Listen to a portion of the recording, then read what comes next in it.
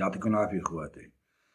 تعالوا أنا وياكم ناخذ جرعة معنويات، اعتبروها إبرة مقوية في ظل حالة العجز واليأس والإحباط اللي عايشينها بعالمنا العربي. ما فينا غير نهرب للتاريخ، للماضي المجيد، للماضي العريق، مع الدكتور روي جاساجراندا. الدكتور روي جاساجراندا متخصص في التاريخ العسكري، في تاريخ الحروب. بده يعطينا لمحة عن سيدنا عمر بن الخطاب الله يرضى عنه ويرضيه وقت اللي فتح بيت المقدس. طبعا إذا بتدققوا بالحروب ترى الفيديو مترجم وكل حرف فيه من وراء 1000 معنى، فبتمنى تنتبهوا له على الأقل نعرف شو الفرق بين الفتح وبين الاحتلال. دققوا وشوفوا الحوار اللي دار بين البطرك صفرانيوس وبين سيدنا عمر. Negotiations for the surrender. So now the Arabs are stuck getting the Caliph. Sophronius comes out of the gates weeks later to meet the Caliph because he sees the Caliph's army arrive. And as he's approaching, he sees a man leading a camel at the front of the army. So for the record, the rich Arabs, the Arabs who were good soldiers, didn't usually ride camels. They usually rode horses, Arabians. And for those of you who don't know, Arabians are fast and agile, and they have crazy personality. And so they're perfect for warfare. Camels are a little bit clumsy and slow. They serve a purpose in warfare, but you're better off on an Arabian. In any case, the Arab army is being led by a man leading a camel with a man on the camel. So Sophronius, he's got a giant red hat, because he's also a cardinal, right? He's got gold tassels, actual gold, hanging from his hat. He's covered in gold jewelry. He's wearing red robes. He's covered in perfume. He's on a lectica. The lectica was the couch that the Romans would ride, and then they'd have like 4 or 8 men, depending how big it is, carrying it. And then he has 2 men, one on each side, fanning him. Of course, right? That's what Jesus would want from his bishops.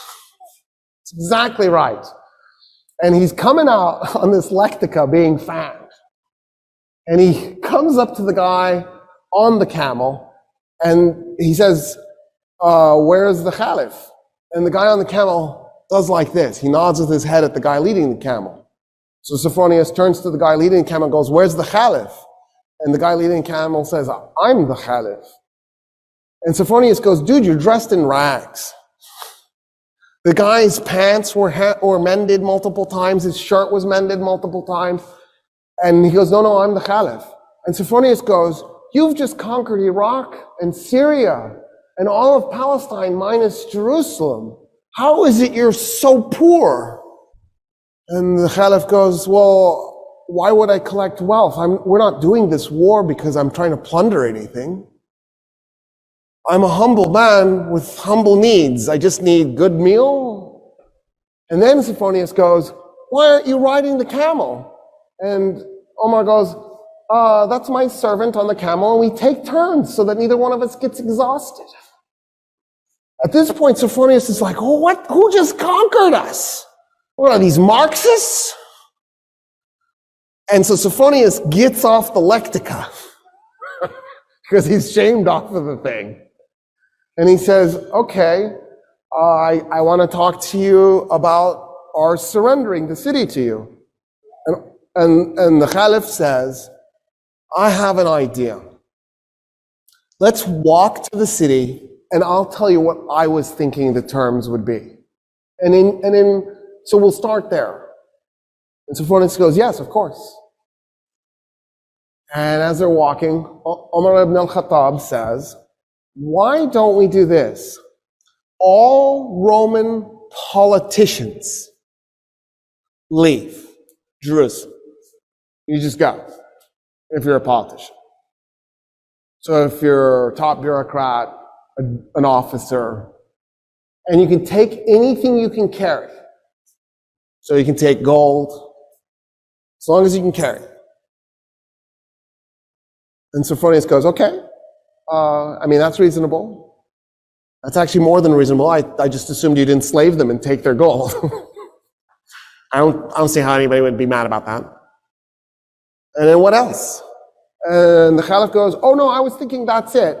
we don't do anything else. And Sophronius goes, wait a minute, I am really confused. So when us Romans capture a city, we enslave a segment, we plunder the city, probably a little bit too much raping too. We might even burn some of it, just for grins and giggles. And then we declare it to be ours. What about that? And Ibn al-Khattab goes, no, we're not going to do any of that. No plundering, no raping, no enslaving. We don't do that stuff. And then Sophronius goes, oh, but you're going to like seize property in the city. And the Caliph goes, no, we're not going to take anybody's property. We're going to leave the city exactly like it is. The only thing I want to do is eject the Roman politicians with whatever they can carry.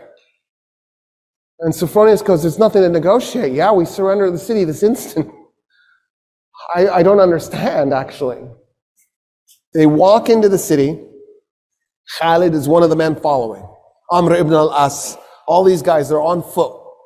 If they've got their horses with them, they're leading their horses by the reins, right? Because the leadership is on foot. There's no way they're going to ride in.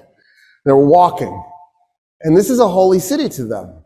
Because Jesus is holy to them. Because the Jews were holy to them. And so they see this as a holy city. Sophronius goes, tell me about your religion as they're walking through the streets. And so Umar ibn al-Khattab starts telling him about Islam. Sophronius goes, it just sounds like a variation of Christianity. I feel like our religions are shockingly similar. And Umar ibn al-Khattab goes, yeah, because they are. I mean, we thought we were doing Judaism 3.0. It never occurred to us that we were going to be received as being so different. And he goes, okay, since you've given us such amazing surrender terms, my alarm is going off, and I can't turn it off, and it's so embarrassing. It's telling me to put my kids to bed. I should have remembered to turn it off, but it didn't occur to me. He says, you've given us such amazing surrender terms, and because I feel such kinship with your religion, will you do me an honor? Will you come to my church and pray in your Muslim way next to me as I pray in my Christian way? And Umar ibn al-Khattab goes, never. And Sophronius goes, why? He goes, I'm the Caliph. The first place I pray in Jerusalem is going to become a mosque. The Muslims will take it and they will create a place of worship for Muslims, and you will lose it. And I don't want you to lose your church. And Sophronius goes, okay. What if we find an empty piece of Jerusalem and we just pray there? And Umar ibn al-Khattab goes, yes, I accept. An empty piece. Something that nobody owns. So they go and they find an empty lot and they pray. The Archbishop in his Christian way, the Caliph in his Muslim way, side by side. It is a mosque today, that spot, commemorating the first place that the first Muslim Caliph prayed in Jerusalem. He nailed it. He knew what was coming. And he saved the Church of the Holy Sepulchre for Christians.